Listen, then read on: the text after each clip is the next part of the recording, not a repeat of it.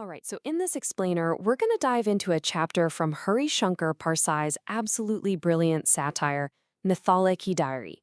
It's this hilarious but also incredibly sharp look inside a local political fight, and it reveals how these noble-sounding principles, well, they can be the perfect disguise for just plain old greed. I mean, it's a dramatic question, right?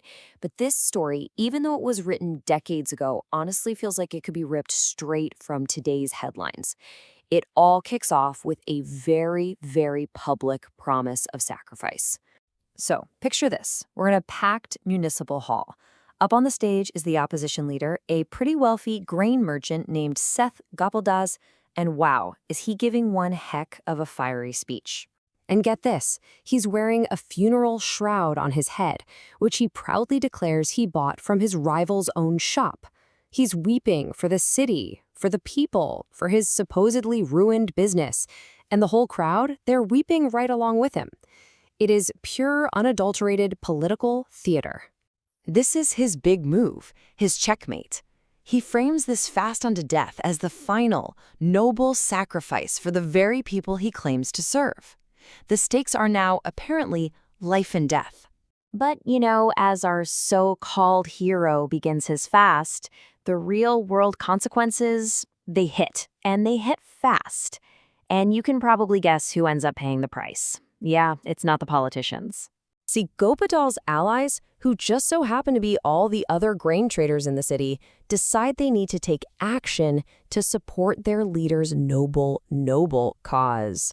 And how exactly does that support show up?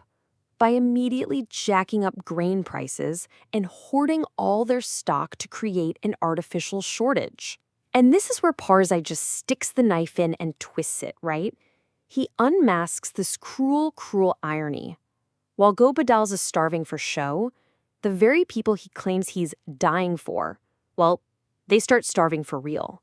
Now, you didn't think this level of drama was going to go unanswered, did you? Of course not.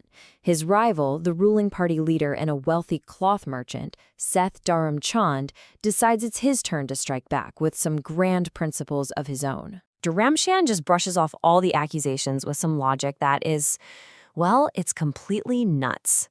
He says, sure, the roads have potholes, but hey, they were built when Gopal's was in charge. But his best point? He argues that a person can totally survive a day without food, but no way can they survive a cold winter night without clothes. As the city starts to spiral into chaos, a citizens' committee gets together to try and negotiate an end to this. And this is where things get really interesting. In a moment of weakness, a hungry Gopal spills the beans. He reveals the true ideological struggle at the heart of this entire mess. So first up, he lays out his party's core belief, what he calls the grain principle. And it sounds all noble, this idea that for the public's own good, grain has to enter the city tax-free. And then, of course, there's his rival's ideology, the cloth principle. The equally noble idea that for the public's health, cloth also needs to be tax-exempt. You see the pattern here, right? And then, oh man, you've got the third party's ideology, the Kirchan or scraps principle. They call it pure humanism, which in reality just means siding with whoever gives them a piece of the pie. This is Parsai's satirical masterstroke. The city's entire political world isn't about public service. It's just a fight between competing business interests. So let's just break this down, because this is the absolute key. These grand philosophical-sounding principles, they're not principles at all. They're just business interests dressed up in the language of public service. It's a fight over who gets to dodge their taxes. So, armed with this bombshell, the Citizens Committee goes to Seth Dharamchand, and he is totally panicked that these secret principles are now out in the open, and all of a sudden, he's very, very interested in making a deal. And just watch how fast everything crumbles. The negotiation, it's over in a flash. The second a deal comes along where both sides get to protect their bottom line, poof! Those sacred, unshakable principles, gone. Just vanished into thin air. And just like that, the great fast is over. And in one last perfect piece of political showmanship, who is there to feed his rival Gopal Das a glass of juice? Dharamchand himself. The dramatic standoff is done. So how does this whole unbelievable story end? You might think with outrage, right? Maybe an investigation into corruption? Nope. It ends with a massive citywide party. You gotta ask yourself, who actually won here? Was it the people who are now gonna have to make up for all that lost tax revenue? Was it truth? Justice?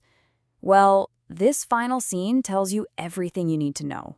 The story just ends with the public, the very people who got starved and manipulated, out in the streets cheering for both of these guys. They're celebrating a victory for the people that was in reality a victory for the merchants who just cut a deal at everyone else's expense. I mean, Parsai's satire here is just absolutely devastatingly sharp. Because what won the day wasn't some noble principle or ideology. It was a grubby, backroom deal that they managed to package and sell to the public as some kind of heroic sacrifice. And that just leaves you with this one last thought, right? This whole story was written decades ago, but does it not sound exactly like something you'd read in the news today? Parsai's genius isn't just in showing how hollow the political stage is, but in holding up a mirror to us, the audience, and our own willingness to stand up and applaud the show, even when we're the ones paying for the tickets.